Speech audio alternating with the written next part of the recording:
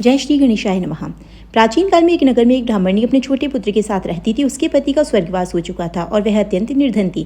वह हर रोज अपने पुत्र के साथ भिक्षा मांगकर किसी तरह अपना और अपने पुत्र का पेट पाला करती थी। कठिन परिस्थितियों के बावजूद वह प्रत्येक महीने श्रद्धा से प्रदोष व्रत रखती थी और भगवान शिव की पूजा करती थी। एक दिन जब ब्राह्मणी भिक्षा लेकर घर लौट रही थी तो रास्ते में उसे एक घायल राजकुमार कराहता हुआ मिला। पड़ोसी राज्य के राजा ने उसके पिता पर हमला करके राज्य छीन लिया था, इसलिए राजकुमार ऐसी दयनीय अवस्था में घूम रहा था।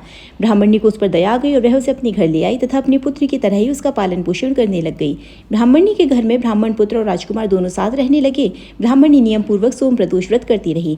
एक दिन उस नगर की एक सुंदर और बुद्धिमती गंधर्व कन्या अंशुमति ने राजकुमार को देखा और उस पर मोहित हो गई। अगले दिन अंशुमति ने अपने माता पिता के साथ फिर ब्राह्मणी के घर आई। अंशुमति के माता पिता ने राजकुमार से बात की तो राजकुमार ने उन्हें अपनी पूरी कहानी बताई। उसी रात भगवान शिव ने अंशुमति के माता पिता को स्वप्न में दर्शन दिया और उन्हें आज्ञा दी कि वे अपनी पुत्री का विवाह उसी राजकुमार से करें। शिव जी की आज्ञा पाकर अंशुमति और राजकुमार का विवाह संपन्न हुआ।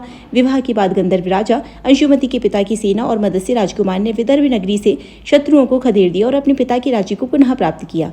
राजकुमार ने ब्राह्मणी के पुत्र को अपना प्रधानमंत्री बनाया और आनंद पूर्वक राज्य करने लगा।